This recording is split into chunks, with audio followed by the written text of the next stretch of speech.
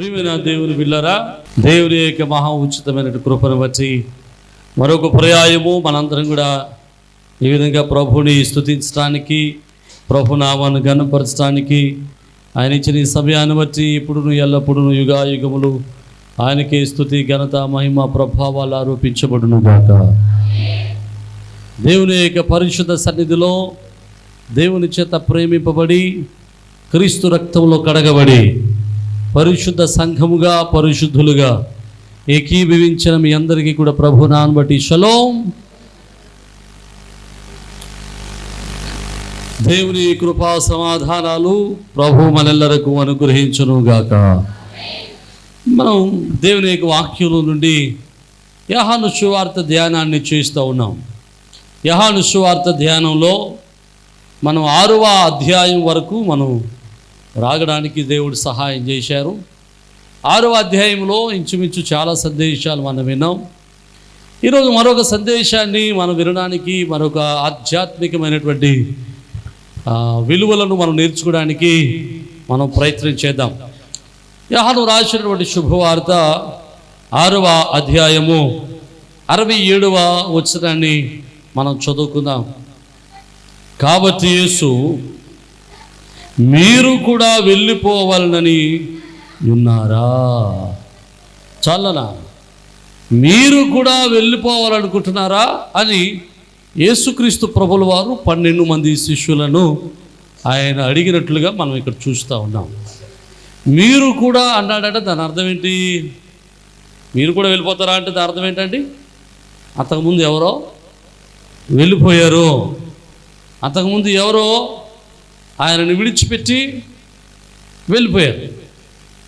ఈరోజు మనం జ్ఞాపకం చేసుకుంటే సంఘాలను విడిచిపెట్టి వెళ్ళిపోయేవారు చాలామంది ఉన్నారు. ఈరోజు చాలామంది సేవకులు బాధపడుతున్న సంగతి ఏంటంటే, రోధిస్తున్న సంగతి ఏంటంటే, బాప్తీసాలు పొంది రక్షణ అనుభవంలోనికి వచ్చినటువంటి విశ్వాసులు కూడా లోకంలోనికి, లోకపు తలంపుల్లోనికి వెళ్ళిపోతూ ఉన్నారు. లోకపు జీవితాల్లో కలిసిపోతూ ఉన్నారు. ఇలాంటివి చూసినప్పుడు ప్రతి సేవకుడు ఎంతో కన్నీరు కార్చి, వేదన చెంది, దుఃఖపడుతూనే ఉంటాడు. కానీ అలనాడు యేసుక్రీస్తు ప్రభుల వారి పరిచర్యలోనే స్వయంగా యేసువారే, సర్వోన్నతుడైన దేవుడే పరిచర్య చేస్తున్నటువంటి ఆ కాలంలో యేసు ప్రభు వారినే విడిచిపెట్టి లోకంలోనికి వెళ్ళిపోయినటువంటి శిష్యులు కూడా ఉన్నారు. యేసు వారిని విడిచిపెడితే ఈ నేటి కాలంలో సేవకుని, సంఘాన్ని విడిచిపెట్టడంలో పెద్ద ఆలోచించి బాధపడాల్సిన అవసరం ఏమీ లేదు. కానీ సేవకుడు బాధపడతాడు. కారణం ఏంటంటే, సేవకుడికి దేవుడు ఇచ్చినటువంటి భారం. ప్రతి ఆత్మకు అతను లెక్క చెప్పవలసిన వాడే ఉన్నాడు కనుక ఖచ్చితంగా బాధ. అయితే యేసుక్రీస్తు ప్రభుల వారిని విడిచిపెట్టినటువంటి వారిలో చాలామంది ఉన్నారు. ఎందుకు వారు యేసయ్యను విడిచిపెట్టారు?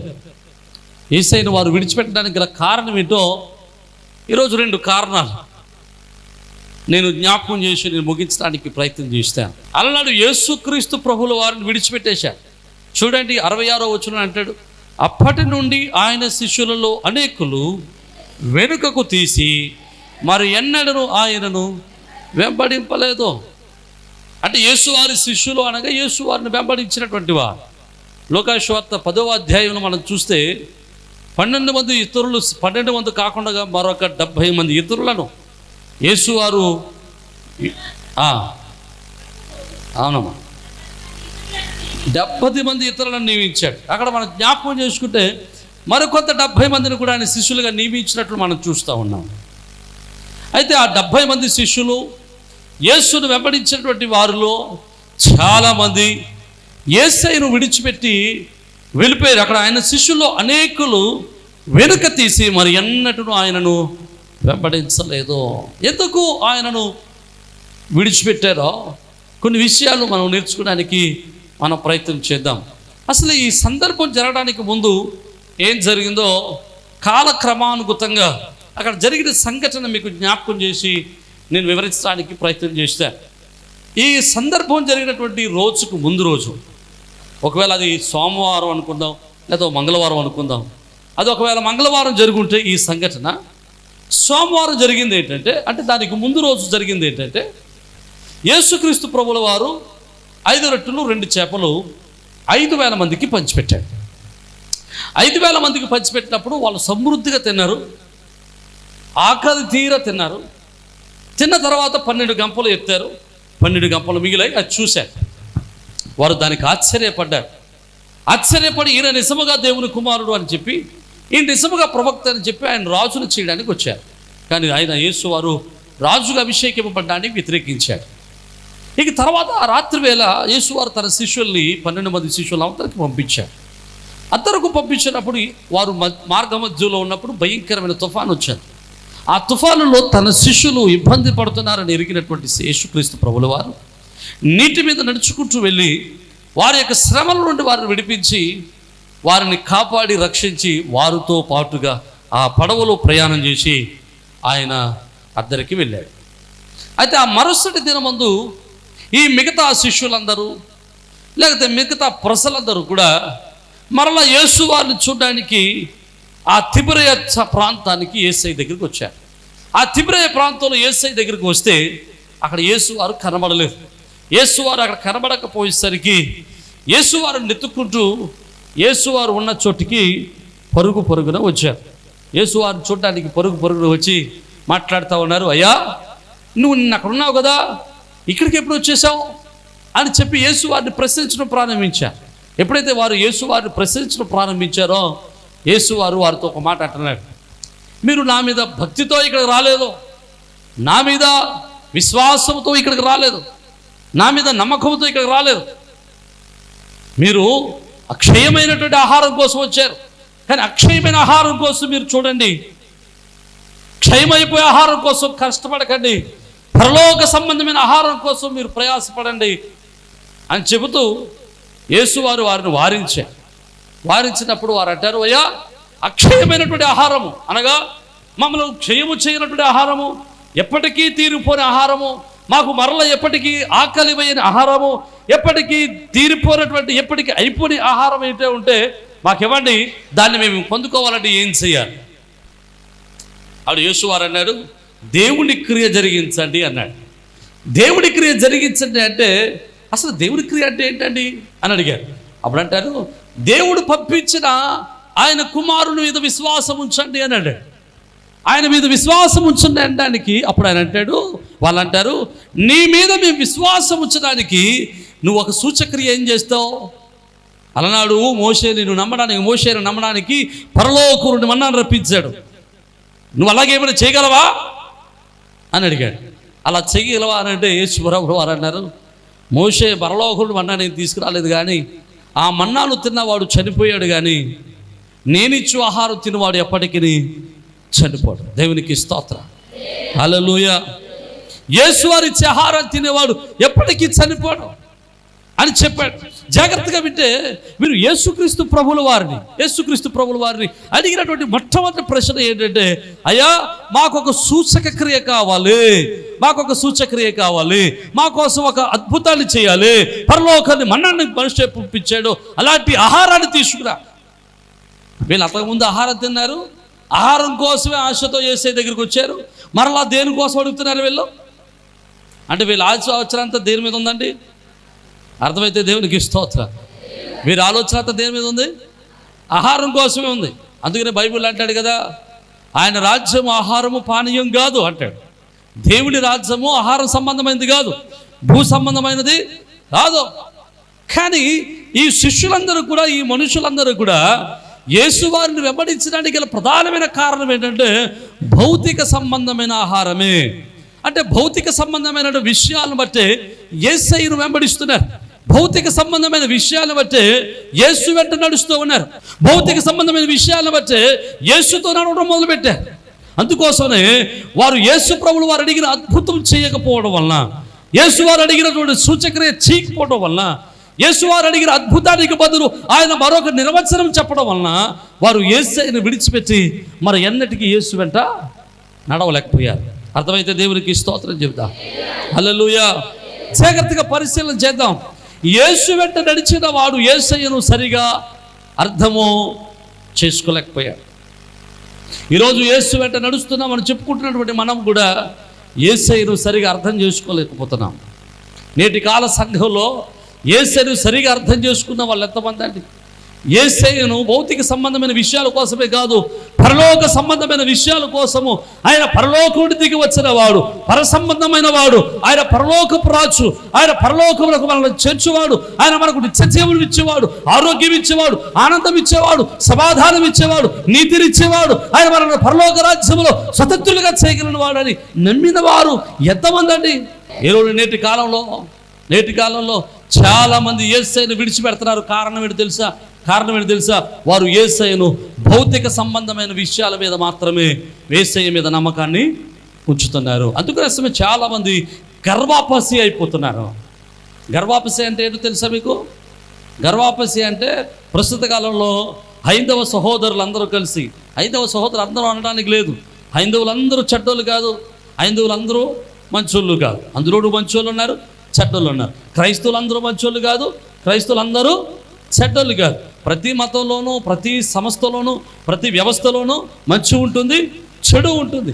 అలాగే హైందవ మతంలో కూడా కొంత చెడుగా ఉంది అక్కడక్కడ. మొత్తం హైందవ మతాన్ని మొత్తం భ్రష్టు పట్టించడానికి కొంతమంది ఉన్మాదుల కింద తయారయ్యి వారు మతాన్ని లేకపోతే నాశనం చేసేవారు కొంతమంది తయారయ్యారు. ఇలాంటి వారు హైందవ మత ఉన్మాదులు. వీళ్ళందరూ ఏం చేస్తున్నారో తెలుసా?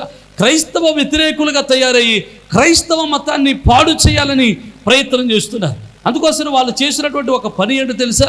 వాళ్ళు ఏం చేశారంటే గర్వాపసి అనేటువంటి ఒక సిస్టాన్ని తీసుకొచ్చారు. ఏంటి ఆ సిస్టమ్ అంటే? బైబిల్లో ఉన్నటువంటి సిస్టమే ఇది, బైబిల్లో సిస్టమే. మళ్ళీ ఏంటి సిస్టమ్? గర్వాపసి అంటే తిరిగి ఇంటికి రమ్మని అర్థం, తిరిగి ఇంటికి చేరు అని అర్థం. గర్వాపసి అంటే ఇంటికి చేరు అని. ఇంటికి చేరైనటువంటి పదం ఎక్కడిది? తప్పిపోయిన కొడుకుది. తప్పిపోయిన కొడుకు తన ఇంటిలో నుంచి వెళ్ళిపోయి బయటికి వెళ్ళిపోయిన తర్వాత అతడు ఇంటి ఊరంతా తిరిగి ఏం చేశాడు? మరలా తిరిగి తన ఇంటికి వచ్చాడు. ఇప్పుడు ఆ స్టోరీనే తీసుకుని బైబిల్లో ఆధారం తీసుకుని బైబిల్కే వ్యతిరేకంగా వాళ్ళు ప్రయత్నం చేస్తూ గర్వాపసి అనేటువంటి ఒక సిస్టాన్ని పెట్టుకున్నారు. ఈ సిస్టమ్ ద్వారా చేస్తున్న పని ఏంటో తెలుసా? క్రైస్తవుల్ని భ్రమపెట్టి, భయపెట్టి, మోసగించి తిరిగి మరలా హైందవ మతంలోనికి కలిపేసుకుంటున్నారు. దాంట్లో ఒక మంచి ఉదాహరణ చెప్తాను. ఎవడైనా ఒక వ్యక్తి రక్షణ పొందాడు అనుకోండి, బాప్తిసం పొందాడు అనుకోండి, ప్రార్థన పెట్టించుకున్నాడు అనుకోండి, మందిరానికి వెళ్ళాడు అనుకోండి, ఆ వ్యక్తి ఫోటో తీస్తారు. వీళ్ళు ఫోటో తీసి, అమ్మ ఇదిగో మీ ఇంటికి వచ్చి, అమ్మ ఇదిగో నువ్వు రక్షణ పొందావు, బాప్తిసం పొందావు, మందిరానికి వెళ్తావు, ఇదిగో నువ్వు రేపు నుంచి మందిరాన్ని విడిచిపెట్టి, యేసు భవన్ విడిచిపెట్టి మరలా తిరిగి లోకంలోనికి లేకపోతే, హైందవ మతంలో రాకపోతే నిన్ను తీసుకెళ్ళి ఆ యొక్క ఎంఆర్ఓ దగ్గర నిలబెడతాం, ఈ ఫోటో తీసుకెళ్ళి చూపిస్తాం, నీకు రేపు నుంచి రేషన్ కార్డు ఉండదు, రేపు నుంచి ఎస్సీ సర్టిఫికేట్ ఉండదు, రేపు నుంచి నిన్ను రిజర్వేషన్లు ఉండవు అని చెప్పి వాటిని భయపెడతారన్నమాట. అలా భయపెట్టినప్పుడు వీళ్ళు ఏం చేస్తారు? బతుకుంటే బజ్జీలు తినన్నా బతుకొచ్చురా బాబా, కదండి, బతుకుంటే బజ్జీలు తినన్నా బతుకొచ్చురా బాబా అని చెప్పి అయ్యి బాబా ఇంకందరూ పేతుర్లు అయిపోతారు. అందరూ. ఎలాగా? అసలు యేసు ఎవడో, మా ఆ ఊర్లో ఉండే పాస్టర్ గారు ఎవడో, అసలు మందిరం ఎక్కడుందో కూడా అప్పుడుదాకా ప్రార్థనకు వచ్చిన వాళ్ళే, మందిరం ఎక్కడుందో తెలీదు, ఆదివారం ప్రార్థనకి వెళ్తారని కూడా తెలియదు. ఎన్ని అబద్ధాలు ఆడతారా? వెంటనే వెళ్ళి గర్వాపసి అయిపోతారు, మళ్ళీ తిరిగి హైందవులకి. ఇప్పుడు చాలామంది గర్వాపసి అయిపోతున్నారు. కారణం ఏంటి తెలుసా? భయం వలన, పిరికితనం వలన, లేకపోతే ప్రలోభాల వలన తిరిగి వారు హైందవ మతంలోనికి వెళ్ళిపోతున్నారు, క్రైస్తవత్వాన్ని విడిచిపెడుతున్నారు. నేను వాళ్ళు వెళ్ళిపోవడం వల్ల క్రైస్తవ్యానికి వచ్చిన నష్టమేమీ లేదు. కారణం ఏంటో తెలుసా? గర్వాపసి అయిపోయే క్రైస్తవుల వలన క్రైస్తవ్యానికి నష్టమే తప్ప, వాళ్ళు క్రైస్తవ్యంలో ఉంటే నష్టమే తప్ప వాళ్ళ వలన క్రైస్తవ్యానికి ఒక్క పావలా పైసా ఉపయోగం లేదు. అదంతా చెత్త అంతా ఊడిపోతుంది. దేవునికి స్తోత్రం, హల్లెలూయా. నేను ఆశపడుతున్నాను మన దేశంలో కూడా, మన ప్రాంతంలో కూడా ఇలాంటి వాళ్ళు బయలుదేరితే అసలైన చెత్త ఎవరో, అసలైన ముత్యాలు ఎవరో తెలిసిపోతుంది. హల్లెలూయా, దేవునికి స్తోత్రం, హల్లెలూయా. ప్రియమైన దేవుని బిడ్డలారా, జాగ్రత్తగా వినండి. అప్పుడు దాకేం తెలియాలి, మొన్నే తెలిసిపోతుంది. ఎప్పుడు వాలంటీర్ మీ ఇంటికి వచ్చి నీ పేరు చెప్పు, నీ ఊరు చెప్పు, నీ కులము చెప్పు, నీ మతం చెప్పు అనగానే ఏముంది మతం అందులో? హిందూ అని రాసే వీళ్ళు చెప్తారు. కొంతమంది చెప్పారట, కొన్ని చోట్ల వాలంటీర్స్ చెప్పారట, ఏమని, నువ్వు క్రైస్తవుడు రాయించుకుంటే రిజర్వేషన్లు పోతాయన్నారట. అయ్యి బాబోయ్, రాజే హిందూ అని రాజే అని రాజు చేసుకున్నారట. ప్రియమైన దేవుని బిడ్డ జ్ఞాపకం చేసుకుంటే సమయం వచ్చింది కాబట్టి మాట చెప్తాను. మనం క్రైస్తవులం కాబట్టి క్రైస్తవులం అని చెప్పుకోవడం వల్ల కలిగే ప్రయోజనం చెప్తాను, జాగ్రత్తగా వినండి.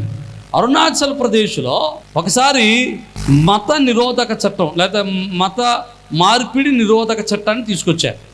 మత మార్పిడి నిరోధక చట్టాన్ని తీసుకొచ్చారు. అంటే ఎవడు కూడా మతం మారడానికి వీల్లేదు, ఎవడే మతంలో ఉన్నాడో ఆ మతంలో ఉండాలని చట్టాన్ని తీసుకొచ్చారు. తీసుకొచ్చిన కొన్నాళ్ళకి అక్కడ ప్రభుత్వం ఒక పని చేశారు. ఏంటంటే, ఇప్పుడు అరుణాచల్ ప్రదేశ్ మన రాష్ట్రంలో ఎంతమంది హైందవులు ఉన్నారు, ఎంతమంది క్రైస్తవులు ఉన్నారు అని ఒక సర్వే చేయడం మొదలెట్టారు. ఈ సర్వేలో ఇంచుమించు క్రైస్తవులందరూ కూడా ఏం చేశారంటే ధైర్యంగా మేము క్రైస్తవులమా అని రాయించుకున్నారట.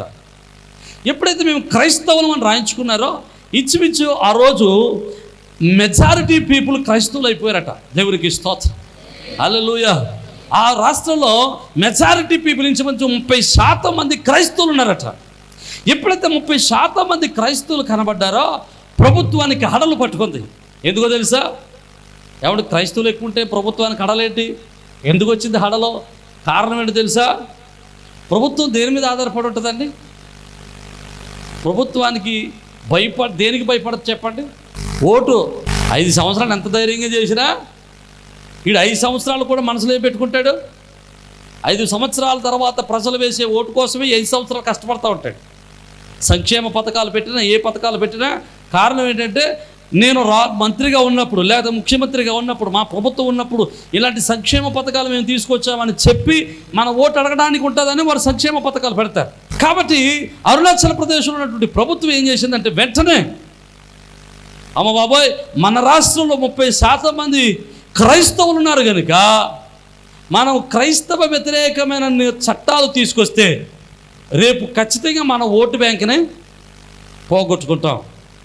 కాబట్టి మనకు ఓట్లు వేసే వాళ్ళందరూ మనకు వ్యతిరేకంగా ఓట్లేస్తారు అని భయపడి వెంటనే ఏం చేసే తెలుసా? మత మార్పిడి నిరోధక చట్టాన్ని రద్దు చేశారు. అర్థమైతే దేవునికి స్తోత్రం చెప్పి, హల్లెలూయా. నా మాట మీకు అర్థమైంది అనుకుంటున్నాను. ప్రియమైన దేవుని బిడ్డలారా, జ్ఞాపకం చేసుకుంటే గర్వాపసి అయిపోయే వాళ్ళందరూ, దేవుని విడిచిపెట్టే వారందరూ కూడా వారి వలన క్రైస్తవ సంఘానికి ఒరిగేది లేదు. వాళ్ళు వెళ్ళిపోవడమే మంచిది. ఎందుకో తెలుసా? వారు క్రైస్తవ సమాజంలో చీడపురుగులు అంటారు. ఎందుకో తెలుసా? వారిలో మారు మనసు ఉండదు, వారిలో క్రైస్తవ విశ్వాస నిరీక్షణలు ఉండవు, వారు వాక్యానికి లోబడరు, వారు నామకార్థ క్రైస్తవ జీవితంలో జీవిస్తారు. నమ్మితే దేవునికి స్తోత్రం చెప్పాడు, హల్లెలూయా. నామకార్థ క్రైస్తవ్యం అంటే అయ్యగారు పెళ్లి మీరే చేయాలి కానీ పంతులు గారు నాకు అర్థం కాని విషయం చెప్తాను చూడండి. అంటే నాకు అర్థమయ్యింది, బయట వాళ్ళకి, హైందవ ఉన్మాదులకి క్రైస్తవ్యం పెరిగిపోతుందని బాధపడే వాళ్ళకి అర్థం కాని విషయం చెప్తాను చూడండి. క్రైస్తవ్యం ఏమీ పెరిగిపోవట్లేదండి, క్రైస్తవులు ఏమీ పెరగట్లేదు. వీళ్ళు ప్రార్థనకు వస్తున్నారు తప్ప మనసంతా మీ మీదే ఉంది. ఎవరి మీద చెప్పట్లేదు, అక్కడ మీదే ఉంది. ముహూర్తాలు లేకుండా మా వాళ్ళు ఏమి చేయరు. 100కు 90 మంది దెయ్యాలు పట్టుకుంటే రచ్చరేగలు కట్టుకోకుండా 90 మంది, 100కు 90 మంది ఉండరు. మరి మా వాళ్ళన్నీ ఏదో ప్లేస్ గుళ్ళోకి, మీ గుళ్ళోకి రానివ్వట్లేదు కాబట్టి వచ్చి ఈ గుళ్ళో కూర్చున్నారు తప్ప, దళితులనే వాళ్ళు మిమ్మల్ని గుళ్ళోకి రానివ్వట్లేదు కాబట్టి వాళ్ళు వచ్చి ఇక్కడ కూర్చున్నారు తప్ప, మా మనసంతా బేంబలే, మనసంతా ముహూర్తమే, మహాసమంది మనసంతా పసుపు కుంకమే. నిజం. మీ గుళ్ళు మీద ధైర్యంగా చెప్పండి. అసలు అన్యాచారం లేకుండా మా ఇంట్లో కార్యక్రమాలు మేము చేస్తామన్న వాళ్ళు ఎక్కడ ఉంటారు? 100కి 99% ఉండరు. ఒకడో ఇద్దరు ఉండొచ్చు. అలాగైనా ఉన్నారు, ఇద్దరైనా ముగ్గురు ఉన్నారు కాబట్టి ఇంకా ఆంధ్రప్రదేశ్ రాష్ట్రంలో ఇంకా శ్రమలు పెరగకుండా, భారతదేశంలో శ్రమలు పెరగకుండా, ఇంకా భూమి మీదకి నాశనం రాకుండా వాళ్ళ ప్రార్థనలకు ఇచ్చి దేవుడు మన దేశాన్ని సుభిక్షంగా ఉంచుతున్నాడు. నమ్మితే దేవునికి స్తోత్రం చెప్పాను. హల్లెలూయా. భౌతికమైన ఆశల కోసం వచ్చిన వాడు భౌతికమైన ఆశల మీదే ఉంటాడు. వీరు భౌతికమైన ఆశల కోసం వచ్చి, భౌతికమైన కోరికల కోసం వచ్చి యేసును సూచక్రియ చేయమంటే ఆయన మరొక నిర్వచనాన్ని ఇస్తున్నప్పుడు, ఆయన ఆహారానికి మరొక నిర్వచనాన్ని ఆయన ఇస్తూ ఉన్నప్పుడు వీరంటున్నారు, ఇక మేము నీతో ఉండలేము అంటున్నారు. అర్థమైతే దేవునికి స్తోత్రం చెప్పాడు. హల్లెలూయా. వారి ఆశలు నెరవేరినప్పుడు దేవునితో ఉండడానికి ఇష్టపడలేదు. వారి కోరికలు నెరవేరినప్పుడు యేసుతో ఉండడానికి వారు ఇష్టపడడం లేదు. ఈరోజు చాలామంది సంఘాలను విడిచిపెడుతున్నారు, మందిరాలను విడిచిపెడుతున్నారు, దేవుని సేవకులను విడిచిపెడుతున్నారు, మందిరానికి వెళ్ళడం మానేస్తున్నారు. బాప్తీసాలు సంఘాల్లో బాప్తీసాలు పొందిన లిస్టు చాలా ఉంటుంది, కానీ మందిరానికి వచ్చే లిస్టు మాత్రం చాలా తక్కువ. ప్రతి మందిరంలో ఇలాగ ఉంటుంది. ఎందుకో తెలుసా? మందిరానికి ఎందుకు వెళ్ళడం లేదో తెలుసా? వీరి ఆశలు నెరవేరడం లేదు, వీరి కోరికలు నెరవేరడం లేదు. వీళ్ళకి భౌతికమైన కోరికల కోసమే దేవుని దగ్గరికి వచ్చారు, కానీ యేసు ప్రభువుని నిజముగా అంగీకరించి యేసు దగ్గరికి వచ్చిన వారు కాదు. అర్థమైన వారు దేవునికి స్తోత్రం చెప్పండి. హల్లెలూయా. కొంతమంది పీఠాలు ఆశించి వస్తారు. పీఠాలు ఆశించి రావడం అంటే సంఘంలోకి వెళ్తే, మందిరంలోకి వెళ్తే ఫలానా వచ్చాడు కొట్టండి చప్పట్లు అంటారని వస్తారు కొంతమంది. ఆ చప్పట్లు ఇక్కడ దొరకకపోతే ప్రార్థన మానేస్తారు. నువ్వు లోకంలో ఎంత గొప్పడువైనా, ఎంత బలవంతుడివైనా, ఎంత ధనవంతుడివైనా మందిరంలో అందరితోనూ సమానంగా ఉండాలి. అలా ఉండాలి అంటే క్రీస్తు మనసు మనలోనికి రావాలి. దేవునికి స్తోత్రం. క్రీస్తు మనసు మనలో రావాలి అంటే క్రీస్తు వాక్యానికి లోబడాలి. మనము క్రీస్తును వెంబడించాలి. భౌతికమైన విషయాల గురించి వెంబడిస్తే మనం భౌతికంగానే ఆలోచిస్తాం, పీఠాల కోసం ఆలోచిస్తాం, మాకు గొప్పతనం కోసం ఆలోచిస్తాం. చాలామంది మమ్మల్ని పట్టించుకోరండి సంఘంలో. మేము ఎంత గొప్పలు అనుకుంటారు, సమాజంలో మాకు మంచి పేరు ఉందండి, సంఘంలోకి వెళ్తే మనం పట్టించుకోరు. ఎందుకు? సమాజంలో ఉన్న పేరు మందిరంలో పనిచేద్దాం. మందిరంలో నీకు పేరు రావాలంటే, మందిరంలో నువ్వు గణుడుగా ఉండాలంటే, మందిరంలో నువ్వు ప్రథముడుగా ఉండాలంటే నువ్వు అందరికంటే అధముడుగా ఉండాల్సిందే. దేవునికి స్తోత్రం చెప్దాం. హల్లెలూయా. దేవునికి వాక్యం బయట సంఘాలు ఉన్నట్టుగా దేవుని సంఘం ఉండదండి. దేవుని సంఘానికి ఆధారము, దేవుని యొక్క సంఘము నడిపించబడడానికి ఆధారము బైబిల్ గ్రంథమే, వాక్యమే. వాక్యాన్ని అనుసరించి మాత్రమే సంఘాలు నడిపించబడతాయి. దేవునికి స్తోత్రం. లోకాలోచనలతోనూ లోక తలంపులతోనూ దేవుని సంఘము నడిపించబడదు. మనుషుల కోరికలు తీర్చుకోవడానికి సంఘము ఉపయోగపడదా? అర్థమైన వారు దేవునికి స్తోత్రం చెప్దాం. హల్లెలూయా. ఈరోజు నన్ను ఈ మాట చెప్పరామండి. దేవుని యొక్క సన్నిధిలో వారి కోరికలు తీర్చుకోవడానికి, వారి ఆలోచనలు తీర్చుకోవడానికి, వారి గర్వాలు తీర్చుకోవడానికి, వారి అతిశయపడడానికి, వారి గొప్పతనాలు చూపించుకోవడానికి, వారికి ఉన్నటువంటి ఆ యొక్క స్థితిని కాపాడుకోవడానికి, లేకపోతే లోకంలో బ్రతికినట్టుగా సంఘంలో బ్రతకడానికి చాలా మంది వస్తారు. సంఘంలో అది దొరకనప్పుడు దేవుణ్ణి విడిచిపెట్టి, సంఘాన్ని విడిచిపెట్టి, మందిరాన్ని విడిచిపెట్టి లోకంలో కలిసిపోతుంటారు. ఇలాంటి వారి వలన ఏ మాత్రం దేవుడికి కానీ సంఘానికి కానీ నష్టమో లేదు. అర్థమైతే దేవునికి స్తోత్రం చెప్పండి. హల్లెలూయా. హల్లెలూయా. దేవుడిని అంగీకరించి రాగలిగితేనే నువ్వు దేవుని దగ్గరికి వస్తే దాని వలన నువ్వు మేలు పొందుకోగలుగుతావో, దాని వలన కృప పొందుకోగలుగుతావో, దాని వలన ఆశీర్వాదం పొందుకోగలుగుతావో. నమ్మిన వారు దేవునికి స్తోత్రం చెబుదాం. హల్లెలూయా. ఒకవేళ భౌతికమైన కోరికలతో యేసయ్య దగ్గరికి వచ్చి యేసు వారి సన్నిధిలో అలాంటి ఆశలు తీర్చుకోవాలని ఆశపడితే అవి తీరకపోతే వాళ్ళు వెళ్ళిపోయినట్లు నువ్వు కూడా వెళ్ళిపోవాలనుకుంటున్నావా అని యేసయ్య అడుగుతున్నాడు. దేవునికి స్తోత్రం. హల్లెలూయా. ఈరోజు నేను రెండవ మాట చెప్తామండి. రెండవ కారణం ఏంటో చెప్తారు. యేసు వారికి చెప్తున్నాడు, అబ్బాయి అసలైన ఆహారం అంటే నేను పెట్టిన రొట్టె కాదు, నేను ఇచ్చిన చేపలు కాదు, నేను ఇచ్చిన ద్రాక్షారసం కాదు, నీటిని ద్రాక్షారసంగా మార్చినటువంటిది కాదు, రొట్టెలను 5,000 మందికి పంచిపెట్టినటువంటిది కాదు. నిజమైన ఆహారం ఏంటో తెలుసా? నా శరీరమే ఆహారము, నా రక్తమే పానము. నా శరీరాన్ని తిని నా రక్తాన్ని త్రాగండి, అప్పుడు మీరు నిత్యజీవం కలిగిన వారై ఉంటారంటే వీళ్ళు ఏమన్నారు తెలుసా? 60వ వచనం చదవండి ఒకసారి. 60వ వచనం చూడ ఒకసారి. ఆయన శిష్యులు అనేకులు ఈ మాట విని, ఇది కఠినమైన మాట, ఇది ఎవడు వినగలడని చెప్పుకున్నది. దేవునికి స్తోత్రం చెబుతాం. హల్లెలూయా. ఎలాగట? ఇది ఏంటట? కఠినమైన మాట. రెండవ కారణం, మొట్టమొదటి కారణం భౌతికమైన కారణాల వల్ల వారు యేసయ్యను విడిచిపెట్టి వెళ్ళిపోయారు. వారి ఆశలు నెరవేరకపోవడం వల్ల వారు యేసయ్యను విడిచిపెట్టి వెళ్ళిపోయారు. నన్ను మాట చెప్పడం, ఇందాక మాట చెప్పడం మర్చిపోయాను. ఈ భౌతికమైన శరీరములో రోగాలు ఉండొచ్చు, పోవచ్చు, ఆశీర్వాదం ఉండొచ్చు, పోవచ్చు, ధనం ఉండొచ్చు, పోవచ్చు. కానీ మనం పరలోకమందున్న దేవుని వైపు చూస్తూ పరలోకం చేరాలన్న ఆశతో యేసు దగ్గరికి వస్తే మనం నిత్యంగా ప్రభువుని వెంబడించగలుగుతాము. శరీరం క్షీణించిపోయిన యేసుని వెంబడించగలుగుతాము. భౌతికమైన ఆశలు నెరవేరకపోయినా యేసుని వెంబడిస్తాం. హల్లెలూయా, హల్లెలూయా. రెండవది అంటున్నారు, ఈ మాట కఠినమైన మాట. ఏంటట? ఏదది? యేసువారు చెప్పిన మాట, కఠినమైన మాట. ఇది చాలా కఠినంగా ఉందండి. ఈ మాట ఎలాగంటాం? ఇది చేయటం ఎలాగవుతుంది? జాగ్రత్తగా వినండి. దేవుని యొక్క వాక్యాన్ని వినేటప్పుడు రెండవ పర్యాయం, రెండవ కారణం, అనేక మంది యేసయ్యను విడిచిపెట్టడానికి రెండవ కారణం ఏంటి తెలుసా? యేసయ్యను విడిచిపెట్టడానికి రెండవ కారణం వాక్యము కఠినంగా అనిపించటం. ఏంటది? వాక్యము కఠినంగా అనిపించటం. కఠినంగా అనిపించడం అంటే వాక్యం అని నా కోసమే చెప్పాడు. బైబిల్లో ఒక మాట ఉంటుంది, ఆయన వాక్యం అట రెండంచులు కలిగిన ఖడ్గం వంటిదట. ఆ యొక్క ఖడ్గం ఎలాగదా? ఎముకలను చీల్చుకుని మూలుగులను సహితం విభాగించినంతగా దూరుతుందట. అంటే ఆయన వాక్యము మన శరీరాత్మలను సహితము, ప్రాణాత్మ శరీరాలను సహితము చీల్చుకుంటూ వెళ్తుంది. అందుకనే భక్తుడైన దావీదు అంటాడు, ఆయన మాట నీ వాక్యము ధ్యానించగా నాలో మంట పుట్టెను అని రాస్తాడు. ఆయన వాక్యాన్ని ధ్యానం చేస్తే ఏమవుతుందంట? మంట పుడుతుందట. ఏం పుడుతుంది? మంట పుడుతుంది. చాలామందికి వాక్యం విన్నప్పుడు మంట వచ్చేస్తుంటుంది. కొంతమంది సేవకులు మాట్లాడుతున్నప్పుడు చెప్తూ ఉంటారు, కొంతమంది అట్ట ప్రార్థనకి ఎందుకు మానేస్తారు తెలుసా? బైబిల్లో వాక్యం చెప్పడం మానేసి పాస్టర్ గారు అంత మాటలు తాగొద్దు అంటున్నాడు. తాగుబోతులందరూ కూడా ఎందుకు ప్రార్థన మానేస్తారంటే, మరి వాక్యంలో ఏం చెప్తాం? మేమేం చెప్తాం? అయ్యా చెడు వ్యసనాలకి దూరంగా ఉండాలని చెప్పాలి. చెడు వ్యసనాల్లో ఉన్న వాళ్ళకి ఏమలా ఉంటుంది? గుండుల్లో చెప్పట్లేదు, గుండుల్లో మంట. కాబట్టి వీళ్ళు ఏం చేస్తారు? రేపు నుంచి చెప్పట్లేదు. అంతే.